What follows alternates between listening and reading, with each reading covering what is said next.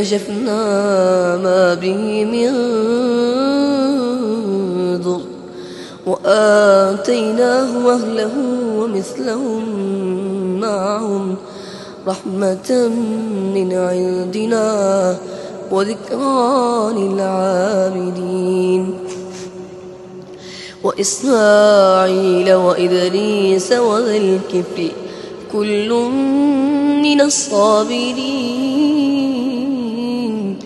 وادخلناهم في رحمتنا إنهم من الصالحين وذا النون إذ ذهب مغاضبا فظن أن لن نقدر عليه